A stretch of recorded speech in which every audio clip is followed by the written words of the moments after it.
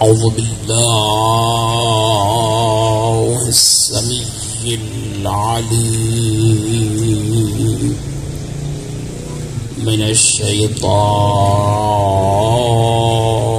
الرجيم. بسم الله الرحمن الرحيم. الحمد لله رب العالمين، ثم الصلاة والسلام والتحية والثناء على رسول المسدد المصطفى الأمجد أبي القاسم محمد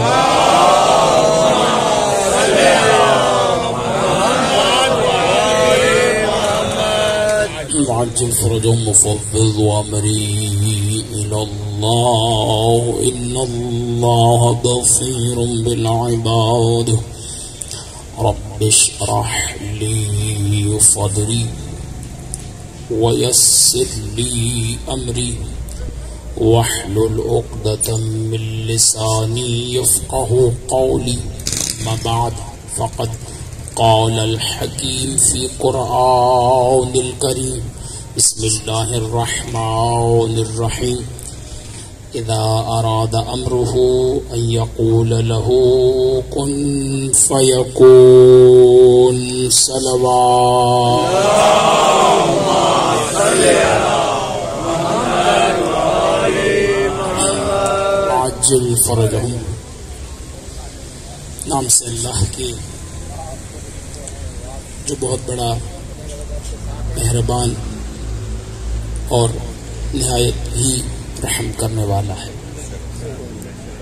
تعریفیں اس رب العالمین کے لیے، اس ذات اقدس الہ کے لیے جو خالق ارض و سما بھی ہے اور مالک زمین و زماں بھی ہے. درود و سلام ہو اس کے مصطفیٰ اور مرتضیٰ بندوں پر، یعنی حضرت محمد مصطفیٰ.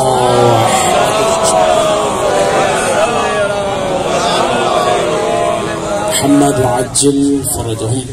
پروردگار عالم انشاءاللہ ہم سب کی توفیقات میں اضافہ فرمائے، اور بالخصوص تنظیم فروغ عزاداری جو واقعاً اسم با مسمہ ہے کہ فروغ عزا جس طرح سے جاری و ساری ہے، واقعاً نام بھی اس کے لیے ویسا ہی منتخب کیا گیا ہے.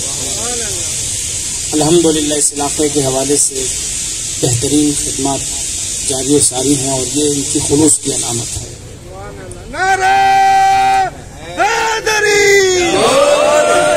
انشاءاللہ پروردگار عالم مزید ان کے خلوص میں ان کے توفیقات میں اضافہ فرمائیں. اسی طرح ذکر امام جاری و ساری رہے، اور اسی طرح مومنین کا اتحاد بھی دوام اور بقا حاصل کرے، جس طرح سے آج یہاں پر نظر آ رہا ہے. صلوات پر جی محمد و آل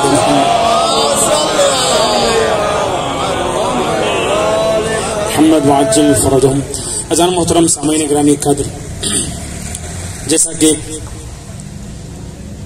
اس سے پہلے جو گفتگو آپ کے سامنے پیش کی گئی تھی وہ بھی ارادہ پروردگار کے حوالے سے تھی، اور ظاہر سی بات ہے کہ پروردگار عالم کا ارادہ اگر دیکھا جائے تو ہر شے پر اسی کا ارادہ حاکم ہوتا ہوا نظر آ رہا ہے، اور یہی ارادہ پروردگار ہے کہ جسے انسان سمجھ کر اور دیکھ کر اپنے ارادے کو اللہ کے ارادے سے متصل کر سکتا ہے. یعنی انسان اپنے آپ کو اس طرح سے اللہ کی ذات میں فنا کر دے، اس طرح سے انسان اپنے آپ کو رب کی رضا کے رنگ میں اپنے آپ کو رنگ دے کہ پھر جو اس کے افعال سامنے نظر آئیں وہ اس کے ارادے کے ماتحت نہ ہو، اللہ کے ارادے کے ماتحت. یعنی یہی دیکھیے، یہی منزل کمال ہے. چونکہ آپ دیکھیے کہ پروردگار عالم نے انسان سے جو طلب کیا ہے وہ کیا طلب کیا ہے. اب ظاہر سی بات ہے کہ پروردگار عالم کو تو کسی عبادت کی ضرورت نہیں ہے.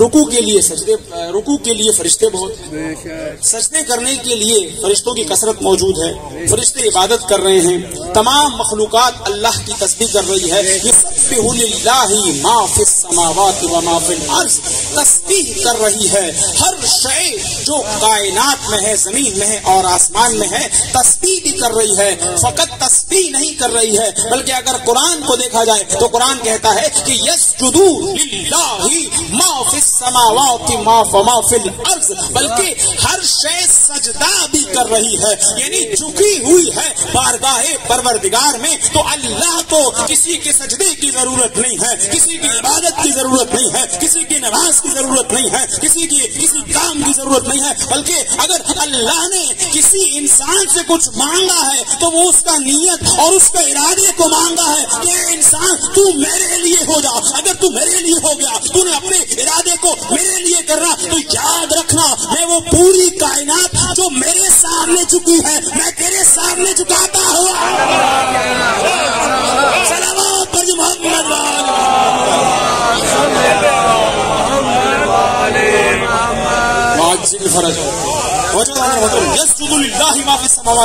اب ظاہر سی بات ہے کہ جب سجدے کا ذکر آ گیا تو دیکھیے ذرا محترم، یہ میں اشارہ کرتے ہوئے آگے ظاہر سی بات ہے کہ توحید کے بارے میں جو ہے وہ گفتگو ہے، اور توحید کے بارے میں تو آپ کو پتا ہے کہ جتنا انسان اس میں ڈوب جائے اتنا بندے کو لطف آتا ہے. توحید، اللہ اکبر، کمال توحید کو دیکھیے. قرآن کہتا ہے یسجدوا للہ، اللہ کے لیے سجدہ ریز ہیں. اب عجیب بات ہے کہ یہ سجدہ انسان کو کیسے سمجھ میں آئے؟ بھائی قرآن کہتا ہے کہ ہر شے جو ہے وہ سجدہ کر رہی ہے. اس سجدے پر جو ہے وہ علامہ رشید طرابی صاحب کی ایک تقریر بھی موجود ہے، انشاءاللہ آپ نے سماعت فرمائی ہوگی، جا کے دیکھیے گا. بڑا عجیب انہوں نے سجدے کو بیان کیا ہے، کس عجیب انداز سے سجدے کو بیان کیا ہے. وہ کہتے ہیں کہ دیکھیے دو مقامات پر قرآن نے ذکر کیا ہے سجدے کو. ایک مرتبہ کہا کہ یسجدوا للہ ما فی السماوات و ما فی الارض، کہا کہ بات یہ ہے کہ سجدہ ریز ہے، ہر چیز سجدہ کر رہی ہے. ما فی السماوات، ایک لفظ ما ہے، ایک لفظ من ہے. اب عربی میں ما غیر ذوی العقول کے لیے آتا ہے اور من ذوی العقول کے لیے آتا ہے.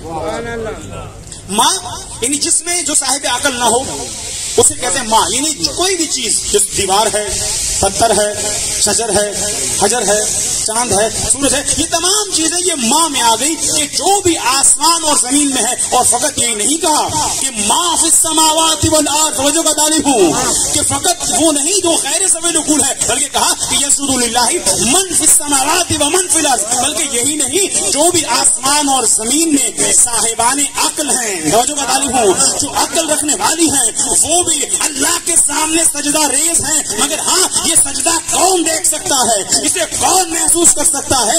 جس کی بصیرت کی آنکھ کھلی ہوگی وہ ہر شے کا سجدہ دیکھتا ہوا نظر آئے گا. جب سورج کو طلوع ہوتا ہوا نظر آئے گا تو یہ بھی اللہ کے سامنے سجدہ ہوگا، غروب ہوتا ہوا نظر آئے گا، یہ بھی سجدہ ہوگا. آسمان بلند ہوگا، یہ بھی سجدہ ہوگا. زمین اپنے مقام پر ہوگی، یہ بھی سجدہ ہوگا. انسان کی خلقت ہوگی، یہ بھی سجدہ ہوگا. یعنی انسان جتنا اپنی بصیرت کو بڑھاتا رہے گا اتنا اس کائنات میں ہر شے کو سجدہ ریز پاتا ہوا نظر آئے گا. محمد صلی علی محمد وعجل فرجہ.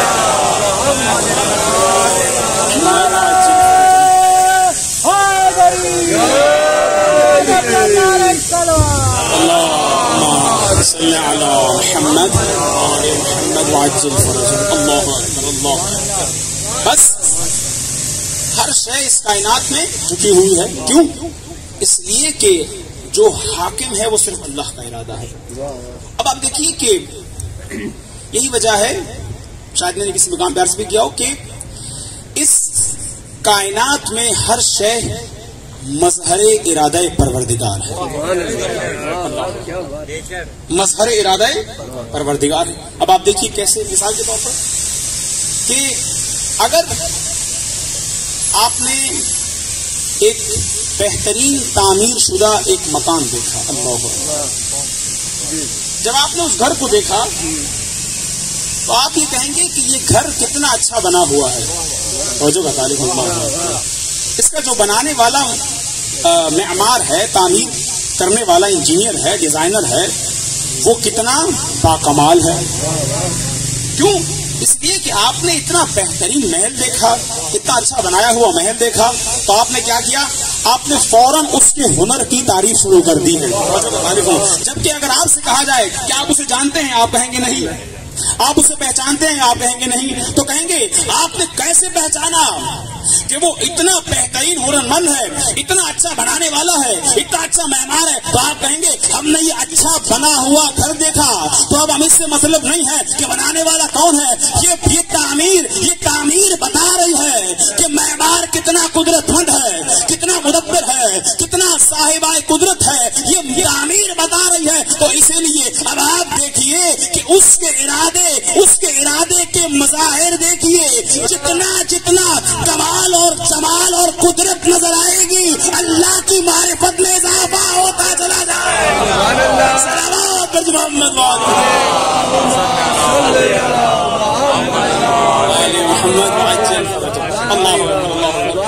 عجیب مطلب توجہ کا طالب ہوں۔ مگر دیکھیے ظاہر سی بات ہے کہ مختلف تعمیروں میں فرق ہوا کرتا ہے۔ بھائی ایک چیز بہت بہترین طریقے سے بنائی جاتی ہے اور ایک چیز ذرا کم معیار کی بنائی جاتی ہے، اس لیے کہ جو معمار ہوتا ہے، جو خالق ہوتا ہے، جو مصور ہوتا ہے، اس کی تمام تصویریں بھی برابر توجہ کا طالب نہیں ہوا کرتی ہیں۔ بعض تصویروں کو وہ ایسے بناتا ہے کہ وہ اپنے لیے اسے نمونے کے طور پر پیش کرتا ہے، توجہ کا طالب ہوں، اپنے لیے اسے نمونے کے طور پر پیش کرتا ہے، توجہ کا طالب ہوں، بلکہ میں کہوں اپنے لیے اسے نمائش کے طور پر پیش کرتا ہے، توجہ کا طالب ہوں۔ ساری تصویریں برابر نہیں ہوتی، یہی وجہ ہے اللہ نے سب کچھ خلق کیا مگر کسی کو بھی اپنے نمونے کے لیے پیش نہیں کیا، اپنے مظاہر کے لیے پیش نہیں کیا، صفات کا مظہر نہیں بنا۔ لیکن جب آل محمد کو خلق فرمایا تو بتایا یہی میرا ارادہ ہے، انما یرید اللہ، یہی اللہ کا ارادہ ہے۔ اللہ کے علم کا مظہر یہی ہے، کمال کا مظہر یہی ہے، شجاعت کا مظہر یہی ہے، صفات کا مظہر یہی ہے۔ اسے دیکھتے جاؤ، اس کی ذات و صفات کی معرفت کو حاصل کرتے جاؤ۔ صلوات پر محمد والا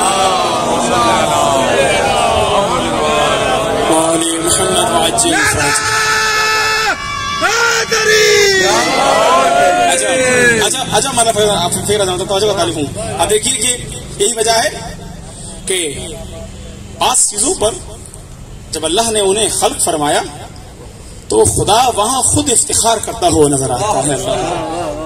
اب دیکھیے کہ پہاڑ جسامت میں کتنا بڑا ہے، مگر کبھی اللہ نے پہاڑ کو خلق کر کے اپنے خلقت پر افتخار نہیں کیا۔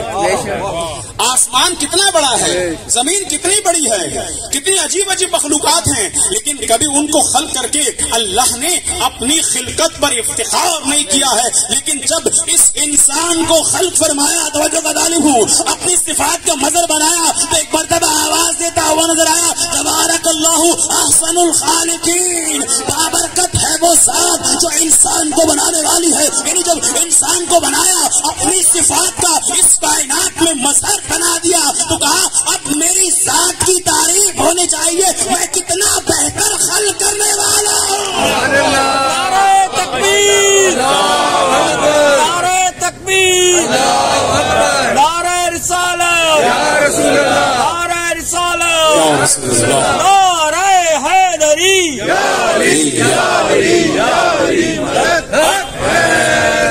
ترین صلوات۔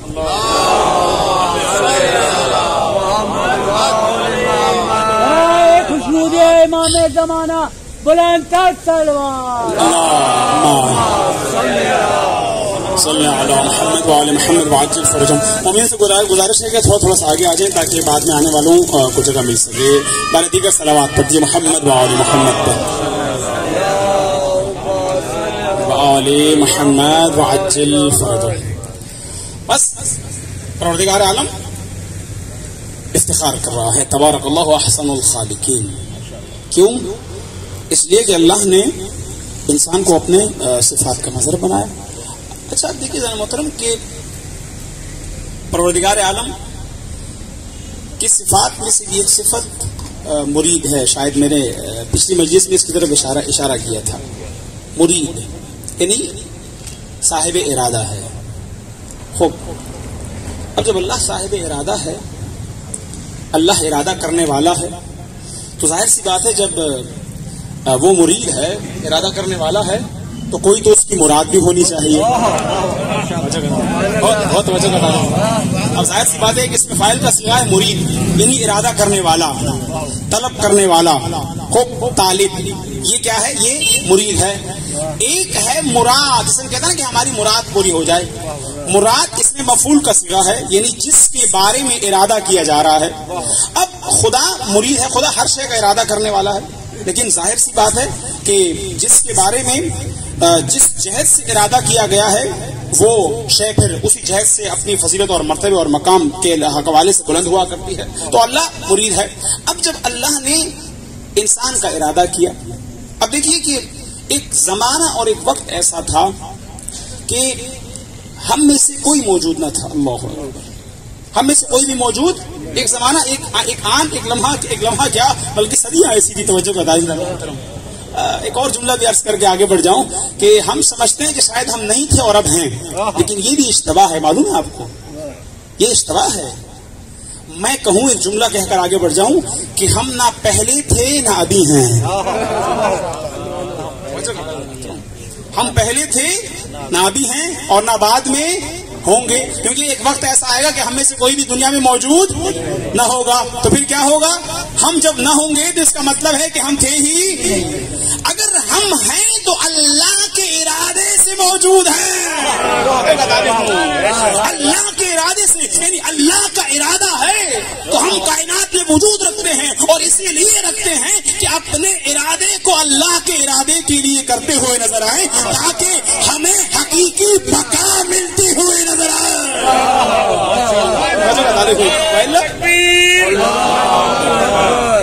تکبیر، نعرہ رسالت، نعرہ حیدری، محمد والے محمد بلندر صلوات. توجہ کا تعلق ہوں. عجیب اللہ فکر ہے. آپ دیکھیے اللہ، اگر صرف ہونے کے اعتبار سے دیکھا جائے، وجود کے اعتبار سے دیکھا جائے، تو اس وقت تو کافر بھی موجود ہیں، مشرک بھی موجود ہیں، پہلے بھی موجود تھے. اور توجہ کا تعلق ہوں کہ ہم فیہا خالدون، جہنم میں ہمیشہ کے لیے بھی رہیں گے. توجہ کا تعلق ہوں. تو اب وہ بھی ہمیشہ کے لیے باقی ہوں گے، اور جو جنت میں ہوں گے اولیاء الہی وہ بھی ہمیشہ کے لیے توجہ کا تعلق ہوں باقی ہوں گے. تو اس کا مطلب ہے کہ ہونے کے اعتبار سے صرف کافی نہیں ہے کہ انسان ہو اور اس کو بقا حاصل ہو. بقا ہوتی وہی ہے جس میں کمال ہو. اگرچہ بقا ہوتی وہی ہے جس میں کمال ہو. اگر بقا اور باقی رہنا صرف ہونا اگر جہنم میں ہو تو وہ بقا نہیں بلکہ فنا سے بھی بدتر ہے. جبھی وہ لوگ قیامت میں گئے، یا لیتنی کنتو ترابا، کاش اے اللہ ہم خاک ہوتے، ہم مٹی ہوتے. یعنی ہماری بقا ہی نہیں ہے. بقا صرف وہی ہے کہ انسان اپنے ارادے کو اللہ کے ارادے کے ساتھ ملاتا ہوا. صلوات علی محمد وعلی محمد وعلی محمد عجل فرجهم. بس انسان مراد پروردگار ہے. یعنی اللہ نے پھر ارادہ کیا. اللہ اکبر.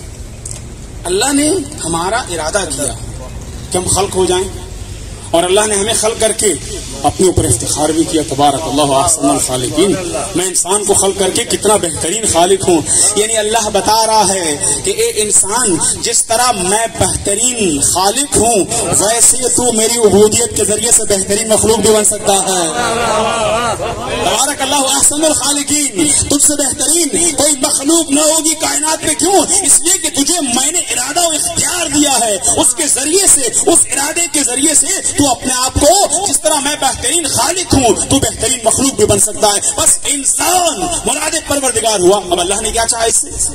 اب اللہ نے اس سے چاہا کہ یہ انسان برعکس معاملہ کر لے. کس طرح سے کہ پہلے میں مرید تھا, مقدمہ عرض کر رہا ہوں کہ میں مرید تھا اور انسان میری مراد تھا. اب معاملہ یوں ہو جائے کہ یہ انسان جو ابھی صاحب عقل ہے, اس دنیا میں ہے, دار امتحان میں ہے, اب یہ کیا ہو جائے, اب یہ مرید بن جائے اور میں خالق اس کی مراد بنتا ہوا نظر. یعنی انسان اللہ کے لیے ارادہ کرے اور ایسا ارادہ کرے کہ اپنے ارادے اور نیت کو صرف اللہ کے لیے خالص کرتا ہوا. اور یہ وجہ ہے, اگر آپ معرفت کے باب میں دیکھیں, حدیث میں جا کے دیکھیں, قرآن کی آیات میں دیکھیں, تو اللہ نے ہم سے کوئی عمل نہیں مانگا. جان محترم, جبھی قرآن نے آواز دی کہ الذی خلق الموت والحیات لیبلوکم ایکم احسن عملا, کہ تم میں سے کون اچھا عمل کرنے والا ہے. اچھا عمل تب اچھا ہوتا ہے جب اس کے پیچھے ارادہ اچھا ہو. عمل ظاہراً ممکن ہے بہت اچھا ہو, بہت اپنے آپ کو اچھا دکھایا جا رہا ہو, ظاہراً ممکن ہے عمل اچھا ہو, لیکن عمل اچھا اور نیک نہیں ہوتا جب تک اس کے پیچھے اچھا ارادہ نہ ہو. یہی وجہ ہے کہ اگر اچھا ارادہ ہو اور نیک ارادہ ہو تو کم عمل بھی اللہ کی بارگاہ میں زیادہ ہوتا ہے, لیکن اگر زیادہ کام ہو, ارادہ اچھا نہ ہو تو منہ پہ مار دیا جاتا ہے.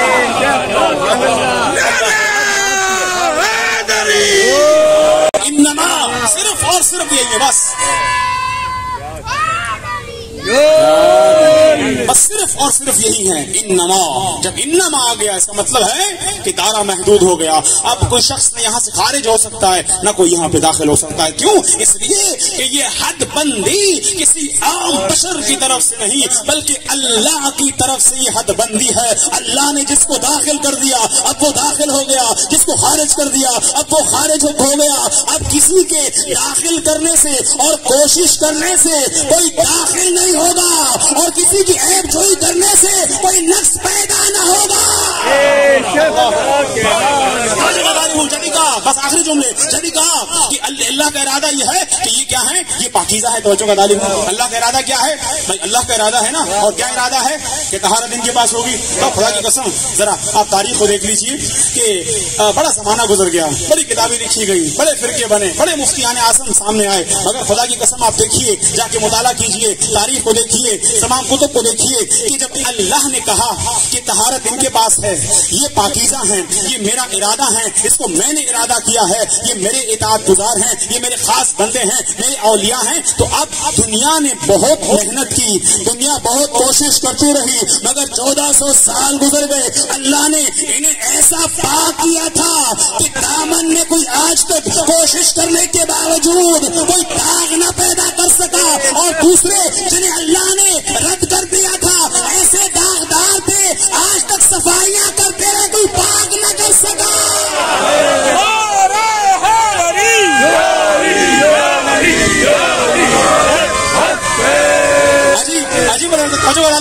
بھائی اللہ نے پاک کیا ہے نا, تو اب کوئی لاکھ کوششیں کرتا رہے, کوئی عیب نہیں نکال سکا, بڑی باتیں کرتے ہیں, مگر اللہ نے جسے رد کر دیا ہو, توجہ کا طالب ہوں, اور جو ان کے مقابلے میں آ گیا ہو, جو ان سے جنگ کرنے کے لیے آیا ہو, یا جو ان کے مقابلے میں آیا ہو, اب وہ کیا ہے, وہ باطل پر ہو, چاہے کوئی اسے کچھ بھی کہتا رہے. کیوں؟ اس لیے کہ اللہ نے ان کا ارادہ کیا ہے. کے دشمنوں پہ لانا, بس جب اللہ نے ارادہ کیا ہے پھر یہ اللہ کا ارادہ بن کر سامنے آتا ہے. چاہے میدان مباہلہ ہو تب بھی ارادہ مظہر پروردگار سامنے آتے ہیں. چاہے وہ میدان مباہلہ ہو کہ جہاں اللہ کے ارادے اور حکم سے اہل بیت جا رہے ہیں, یا چاہے میدان کربلا ہو.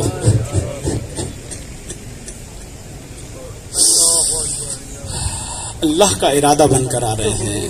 یہی تو وجہ ہے کہ آج تک اگر کسی کو کربلا کا فاتح کہا گیا تو وہ ذات امام حسین ہے.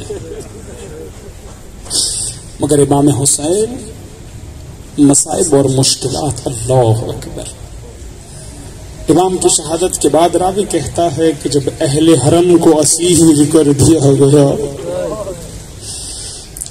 اللہ اکبر، امام سجاد کے ہاتھوں میں ہتھکڑیاں، پاؤں میں بیڑیاں، گلے میں خاردار توک۔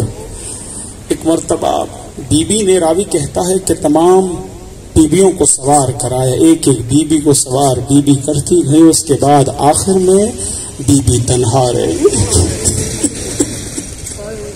بی بی جب تنہا رہ گئی تو میں کہوں بی بی نے ایک مرتبہ مقتل کا رخ کیا ہوگا اور ایک مرتبہ پکارا ہوگا عباس،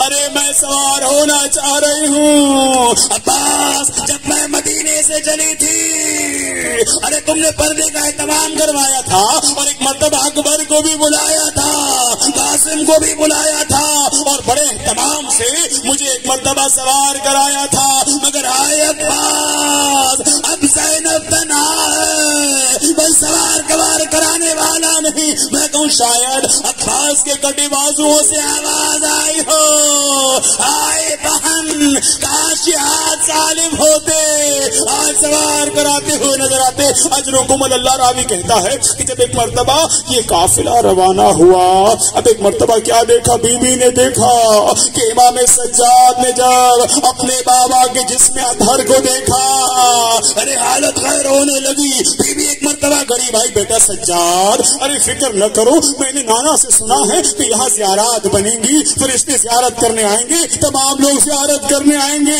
مگر امام سجاد کہتے ہیں پھوپھی اماں، ارے میں کیسے نہ روؤں، ہائے جوان بیٹا دیکھتا رہا، بابا کو کفن نہ دے سکا، ارے غسل نہ دے سکا۔ اجرکم اللہ، سدارو بس ایک منزل آپ کی زحمت تمام۔ آزادارو، یہ وہ ایام ہیں کہ قافلہ کہاں ہے، کوفے کے بازار میں ہے، کوفے کا بازار پہنچنا تھا، اب کوئی پتھر مارتا ہے، ہاں کوئی صدقے کی کھجوریں دیتا ہے، ارے کوئی کہتا ہے کہ باغیوں کی مائیں بہنیں آ گئی۔ کوفے کے بازار میں ایک خاتون کی نظر پڑی، جناب ام کلثوم سے متوجہ ہوئی، اے بی بی میں نے سنا ہے کہ یتیموں کی دعا قبول ہوتی ہے، ارے اس بچی سے میرے لیے چند دعائیں کروا دو۔ کا کیا دعائیں ہیں؟ اب دعائیں جو کرائی گئی، کہا ایک دعا یہ ہے میرا شوہر سفر پر ہے، خیریت سے واپس آ جائے، کہا دوسری دعا یہ ہے کہ جیسے یہ بچی یتیم ہوئی، ہائے سکینہ، ارے تماچوں کے نشان موجود ہیں، میری بچی کو خدا ایسا یتیم نہ کرے۔ اچھا تیسری دعا، کا آخری دعا یہ ہے، ایک دعا یہ کرا دیجئے کہ ہاں میں ایک مرتبہ مدینے چلی جاؤں۔ اب کوفے کے بازار میں عالم غربت میں سننا تھا، بی بی تڑپ گئی، اے خاتون بتا، ارے مدینے میں کیا کرے گی تو، مدینے میں کس سے ملنا؟ کہا تجھے معلوم نہیں، ارے مدینے میں میرے آقا حسین، آئے میرے آقا زادی زینب، یہ سننا تھا۔ بی بی تڑپ گئی، سر حسین سے مخاطب ہوئی، اے حسین، ام حبیبہ نہیں پہچان رہی، آواز آئی سر حسین سے، ام حبیبہ پہچان، میری بہن بازاروں میں آ گئی، آئے سر پہ چادر نہیں۔ اجرکم اللہ ماتم حسین۔